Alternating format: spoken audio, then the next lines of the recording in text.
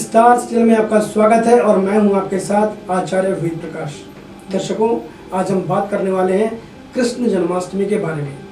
सबसे पहले मैं अपने दर्शकों को अपने स्टार्स चैनल परिवार की तरफ से कृष्ण जन्माष्टमी की हार्दिक शुभकामनाएं देता हूं। बात करते हैं भगवान श्री कृष्ण के जन्म से जुड़े हुए प्रसंग के बारे में।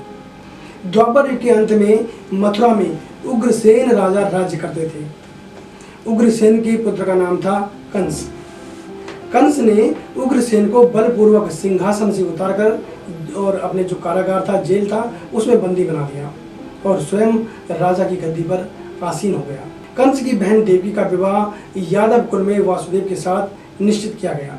जब कंस जो है देवकी को विदा करने के लिए रथ पर उन्हें बिठाया और जैसे ही वो आगे बढ़े तो आकाशवाणी होती है कि हे कंस, जिस देवकी को तू इतने बड़े प्रेम और स्नेह से विदा कर रहा है, उसके 8वें पुत्र के द्वारा तुम्हारा संहार होगा, यानी तुम्हारी जीवन लीला जो है वो खत्म होगी।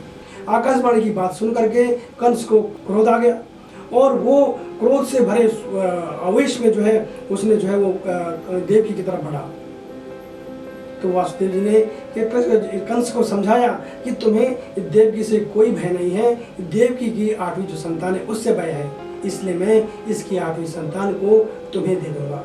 कंस ने वासुदेव जी की बात स्वीकार कर ली और वासुदेव देवकी को कारागार में बंद कर दिया। तत्काल नारद जी वहां आ पहुंचे और कंस से बोले कि ये कैसे पता चलेगा कि 8वां गर्भ कौन सा है, गिनती प्रथम से शुरू होगी या फिर अंत से।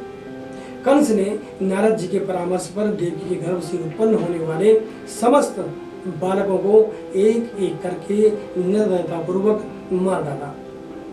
भाद्रपद के कृष्ण पक्ष की अष्टमी को रोहिणी नक्षत्र में श्री कृष्ण का जन्म हुआ। उनके जन्म लेते ही जेल की कोठरी में बहुत तेज प्रकाश पुंज फैल गया।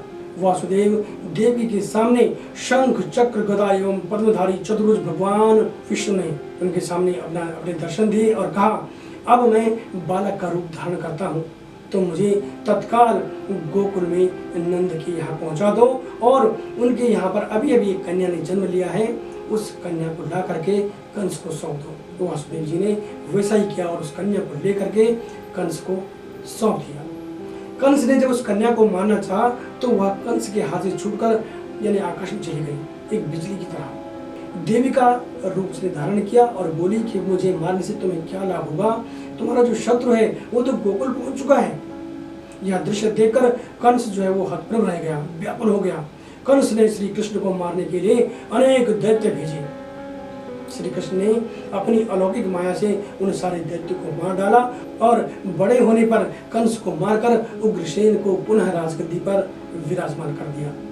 जन्माष्टमी का जो ये त्योहार है वो कृष्ण जन्मोत्सव के रूप में मनाया जाता है। मथुरा नगरी में असुर राज कंस के कारागृह में देवकी के 8वें संतान के रूप में भगवान श्री कृष्ण ने भाद्रपद कृष्ण पक्ष की अष्टमी को जन्म लिया था।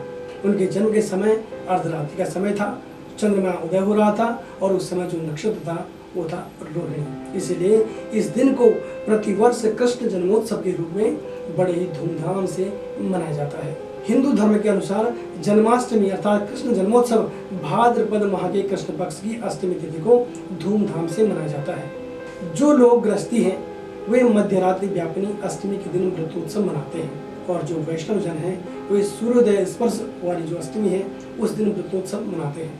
दोनों में कोई बुराई नहीं है क्योंकि प्रश्न श्रद्धा से जुड़ा हुआ है। अब मैं आपको थोड़ा विस्तार से बताता हूँ स्मार्त और वैष्णव क्या है।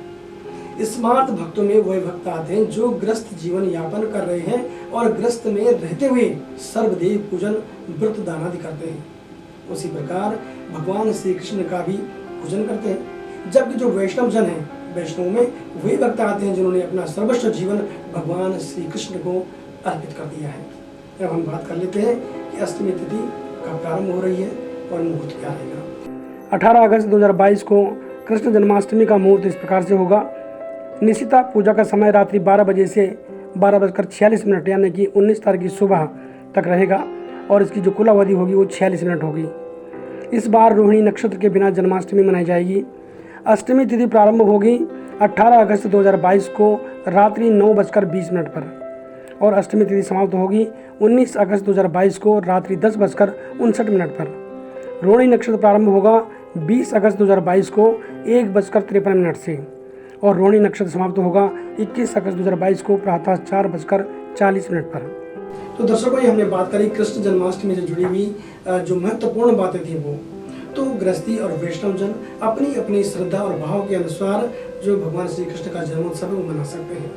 दर्शकों, आज हमने जो ये महत्वपूर्ण जानकारी दी वो आपको दी और एक नए अंक में मैं आपको नई जानकारी लेकर आपके सामने आऊँगा। आप हमारे चैनल को तब तक देखते रहें, लाइक करें, सब्सक्राइब करें और यदि आप कोई कमेंट आप देना चाहते हैं, कोई सुझाव हमें देना चाहते हैं तो आप ज़रूर हमें दें। इससे हमारी जो सर्विस है उसको बेहतर करने में हमें सुविधा रहती है। तो नए अंक में, नए एपिसोड में जल्दी ही मुलाकात होती है।